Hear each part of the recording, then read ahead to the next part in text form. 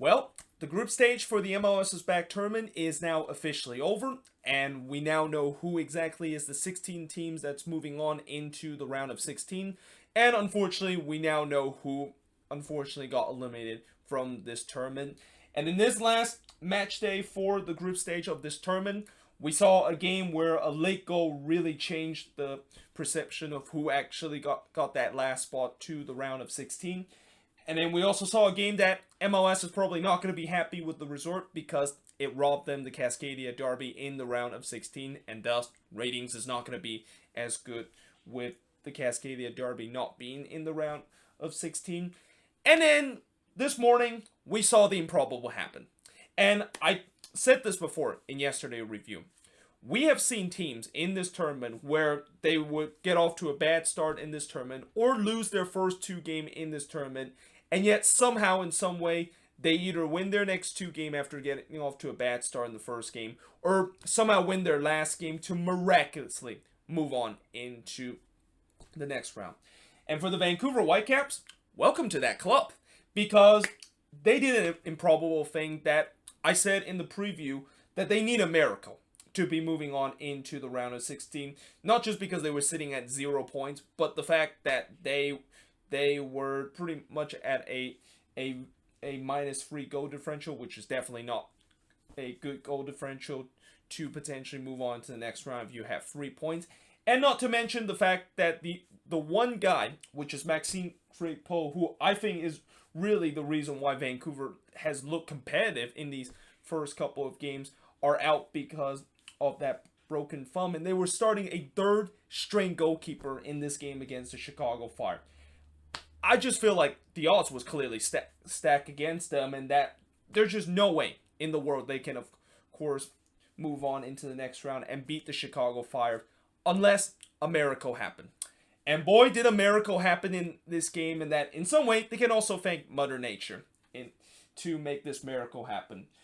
In the first half, Beric had the first real chance, but his shot was unfortunately too weak, and Hassel easily gathered that one. Then in the 23rd minute, Hassel almost made a goalkeeping header, but he of course got away with it as the Fire wasn't able to put the ball into the empty net. Hassel, I thought there were times that he was a little bit shaky, but there was time that he also made some decent save, and that's going to be something you're going to get with a third string goalkeeper, and especially with a goalkeeper that's only making his first start in MLS. And imagine you're a third string goalkeeper and you're making your first start, and you're basically thrown into the Fire and expect to potentially maybe in some way win this game so that you have a chance to move on. That is not a very easy task, and I got to credit Thomas Hassel with the fact that not only he got a clean sheet in this game, which is a miracle itself too,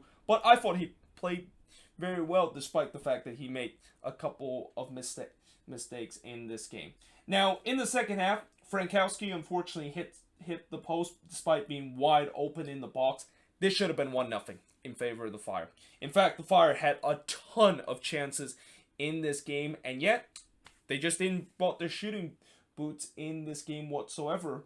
And then in the 63rd minute, the game was stopped because there was lightning around the area, and there was actually an hour and a half delay because of that. And this lightning break completely changed the game, because literally 2 minutes coming out of this lightning break, Jordi Reyna scores from Aliat to give Vancouver a 1-0 lead.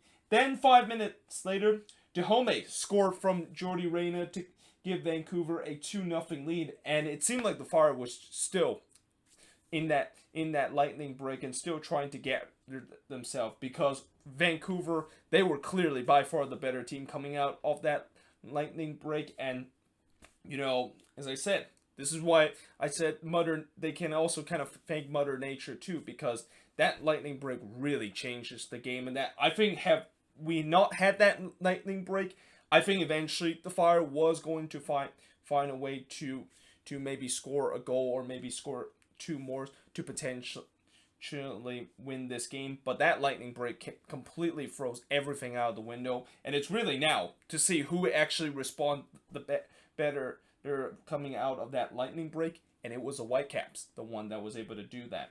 Now, in the 84th minute, we had a very controversial moment where VAR disallowed Sapon goal because of a handball. And originally, this one, I actually don't remember which Fire player that hits this ball onto the post. But as it was bounced off the post, it was basically in a position where it was kind of a scramble to see who can potentially either clear that ball away or basically hits it over the line, and that Sapon was able to do exactly that. But the question is, did he actually kind of pat the ball into the back of the net as he was trying to put that one over the line? Because on the replay, it looked like he clearly did that. But here's the reason why I think Fire fan might have a right to complain about the fact that this goal was disallowed. When he handed that ball in the box, that ball was already crossed the line. And when you hand the ball after the ball have crosses the line, it's not really a handball anymore because the ball crosses the line, and anytime when a ball crosses the line, it almost acts as a dead ball situation. Only that means that an opponent have been able to score a goal with the ball cross the line there. So I think in some way this goal probably should have been stood, and that in some ways maybe Chicago should have got one back, and that they probably would have had the momentum of maybe getting the equalizer.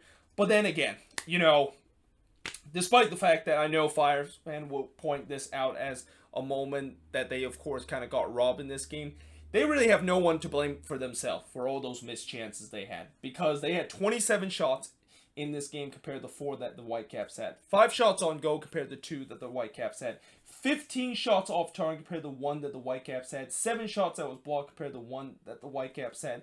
And possession-wise, 62% compared to 38% possession. And again, despite the fact that Chicago had a lot of possession, the old saying goes, as long as you don't put the ball into the back of the net, despite the fact that you have a lot of shots and a lot of chances, you're not going to win the game. And if the team that has the less shot but are more clinical in front of goal, they are going to be the one that potentially is going to win the game if their opponent are kind of wasting their chance. And I thought Chicago was very wasteful in terms of the chances and clearly did not bring their shooting boots. And that, with this loss, the Chicago Fire is out of this tournament, and the Vancouver Whitecaps miraculously move on into the round of 16, and that a team that I thought they were pretty much done when they announced the fact that they are going to be missed 5 starters heading into this tournament, and I thought they were just kind of punting the football heading into this tournament and just here to have fun. I have never in the wildest dream would have expected the Whitecaps to do this and be able to move on into the next round. And if you're the Chicago Fire, again, this is an absolute embarrassment for you, and that there's got to be a lot of hard look into that organization with the way that they of course got eliminated in this tournament. That it also kind of just explains why I always have trouble in terms of figuring out the Chicago Fire, because we saw how in this tournament the inconsistency is back with the team. They started out with a great win against Seattle, and it just went downhill after that. But yeah, moving on in terms of the next match is the Galaxy and the Dynamo, and this is the match that I said earlier. Boy, the pendulums swing in terms of the last couple of minutes of who actually was going to grab that last spot in the round of 16. And, besides the fact that Dynamo and Galaxy fan was watching this one closely, NYCFC fans were also watching this closely, because if this game ends in a draw, NYCFC would move on. If the Galaxy only win less than 3 goals, NYCFC was going to move on. And if the Dynamo wins this game, they basically moved on into this one. Now, in the 5th minute, Bingham was able to rob Manotas on a free header, and I thought that was a decent save by David Bingham. But then in the 16th minute, he had a less great moment than what he did a couple of minutes back, because despite the fact that Quintero scored an amazing free kick in that instant, I feel like Bingham was kind of caught cheating a little bit, and that he unfortunately kind of committed a little bit too early and just got caught completely wrong wrong-footed. And I try so hard to not just go on Twitter and just once again tweet out that, see, this is why I'm so happy, the fact that we got rid of Bingham, and that the inconsistency of Bingham is really there, where one moment you could see him make an amazing save, and then the next moment you just question, what in the world are you doing in that incident? So at that point, the Dynamo got a 1-0 lead. Then Marriage was able to push a Pavone free kick shot wide, and that shot from Pavone wasn't actually hit very hard, and it was relatively an easy save from Marriage. Then he denied Aroha with a header there, and that was a very decent chance for the Galaxy to potentially equalize in this. Although late in the stoppage time in the first half, I thought the Dynamo could have got a 2-0 lead after Bingham, of course, denied Memo Rodriguez. And as he made this save right here, Rodriguez and Hansen basically collide with each other. And yeah, that is definitely not a moment that Tab Ramos want to look back on tape and show or those guys that collide with each other want to look back on tape to see why they miss a chance there. I mean, that was just kind of hilarious, the fact that two attacking players completely just kind of collides in each other and gets each other way to unfortunately miss the chance at that point. Now, in the second half, the Galaxy was really pushing for the equalizer, but at the same time, they also looked very one-dimensional in this game, and that they kind of look like a team from last season, where all they do is just go to the wide area, pump a ball into the box, and hope that somebody, of course, will score that goal. Now, last year they still had Zlatan Ibrahimovic, which, you know, when you decide to use that tactics, it's probably suits well for Zlatan since he tends to outjump most defenders in this league, and that's why they score. That's why Zlatan scored a lot of goals last season, because of the fact that they gave him decent service. But the problem is Zlatan is not with the Galaxy anymore, and that there's just really nobody that can really be in the receiving end of those crosses. And that at times the crosses that they just are sending in are really just kind of hopeful crosses, and you just got to pray somebody can actually get to it. And most of the time, nobody was able to get to it, and some of them aren't even that good in terms of some of the crosses that they had. Now, the Dynamo, they started to kind of sit back and trying to shut up shop for the last 15 minutes. And, you know, I don't blame the fact that they decided to shut down shop, because the Galaxy didn't really put a lot of threat. But there was always a bit of a concern that I have with the Dynamo, knowing the fact that, you know, they're going to sit deep like this. They got to also realize that they cannot afford to make any mistake, because one mistake you make in this game could potentially cost them to move on into the next round.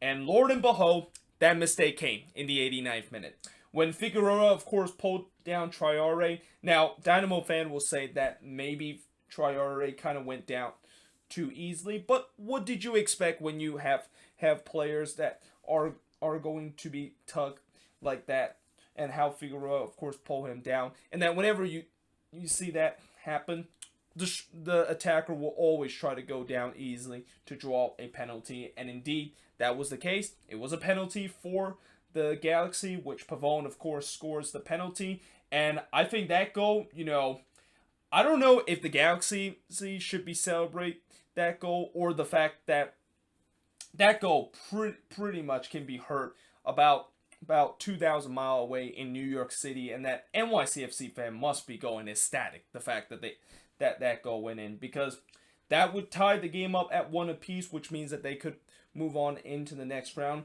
And then for the last 5 minutes, they kind of had to hold their fingernails and kind of be on the edge of the seat, because Houston was starting to attack again, and that actually the Galaxy themselves also had some chance, and it was kind of a little bit end-to-end for the last couple of minutes.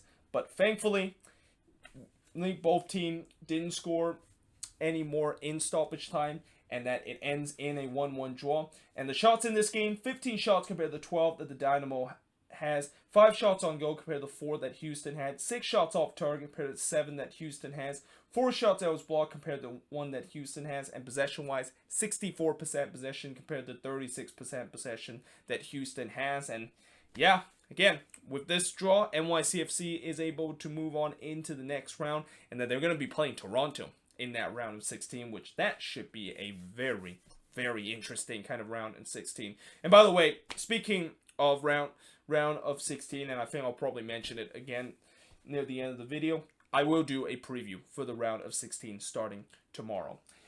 But moving on to now the last game of today's action in the last game of the group stage is the Portland Timbers and LAFC. And this one, as I said, I was really looking forward to it because I think this is a very interesting kind of chess match, and that I expect there was goals to be scored in this game, and there was. This game ended in a 2-2 draw between both of them. Now, I also did ask the question in the preview about whether or not if Giovanni Savarese is thinking about just resting some of his players for this game, knowing the fact that, you know, they don't really have anything to play for other than potentially top the group, and that I was thinking that maybe he would rather rest some of his guys so that his guys will be fresh in that round of 16 matches when they of course play the Seattle Sounders. And I'm pretty sure the league was really hoping that Savarese was resting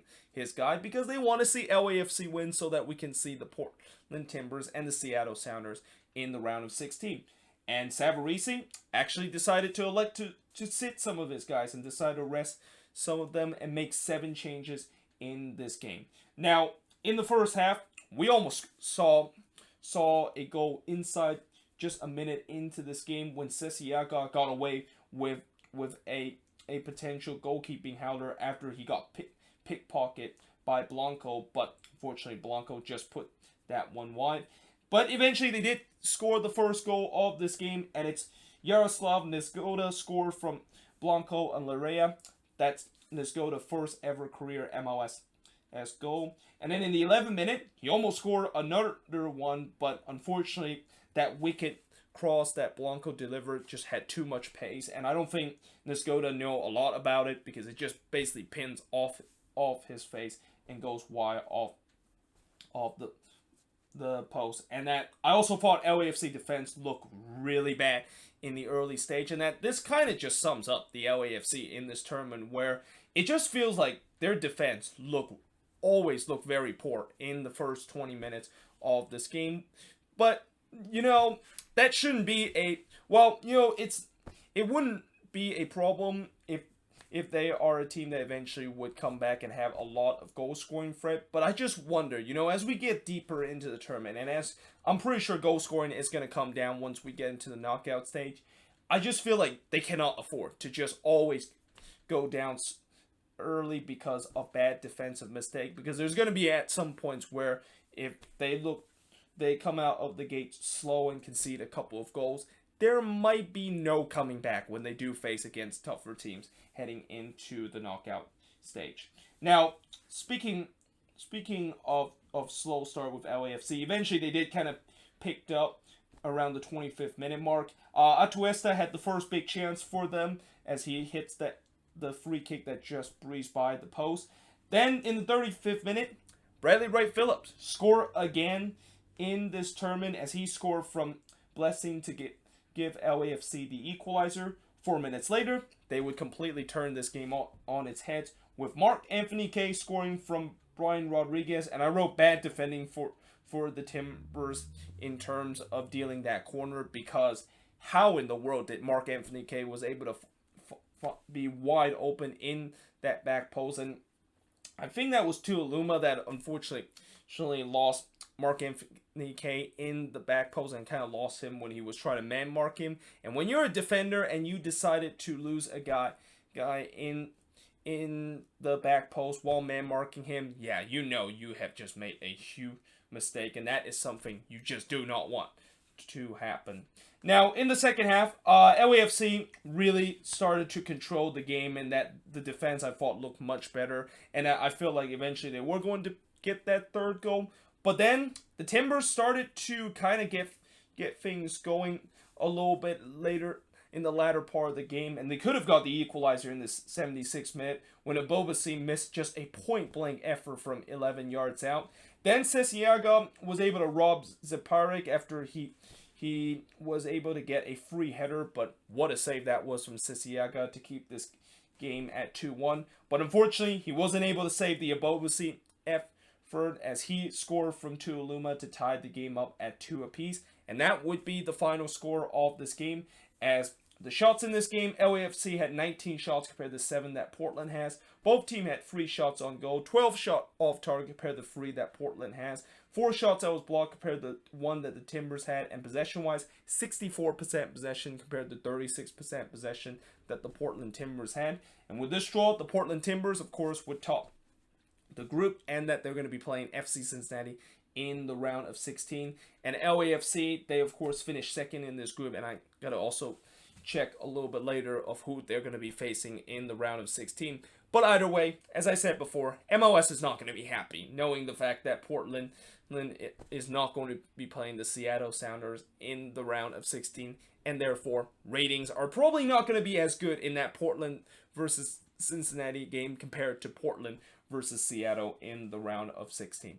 But yeah, there we have it. That is pretty much it for the review of this final match day of the group stage in the MLS's back tournament. Like I said before, tomorrow I'm going to start doing some of the previews of these round of 16 games. Well, not some of them, all of these games that is going to be happening in the round of 16. And there's definitely some very interesting round of 16 matchup that is going to be in place. And I also will mention who are each of these teams that, of course, were able to win the round of 16 is going to be facing in the quarterfinal, as the bracket for this tournament is going to be fixed. So we will know who exactly is going to be face off each other, and the winner, of course, of each of these games is, we know exactly what the scenario is going to be in the quarterfinal. But either way, hope you guys enjoyed this video. If you do, make sure you guys hit a like, smash that subscribe button. Let me know in the comments below, what do you think of all these free game, and let me also know what do you think of the group stage right now, because boy oh boy, this group stage, you know, I know there was a lot of people that was a little bit skeptical of how this group stage is gonna look, and especially after the first couple of days when the games was being boring and that there was some positive tests of COVID-19 that was going on, and people on social media cannot stop bickering about the fact that this tournament should have never happened. You know, the fact that we have reached this stage, and the fact that now we're heading into the knockout stage, and even better news, the fact that we haven't had a negative test ever since that game between DC and Toronto was canceled because of 2 players got tested negative or tested positive for COVID-19. I can safely say that we are going to finish this tournament, and that there is going to be potentially a champion in this MLS's back tournament. But yeah, hope you guys enjoyed this video, and I will see you guys next time.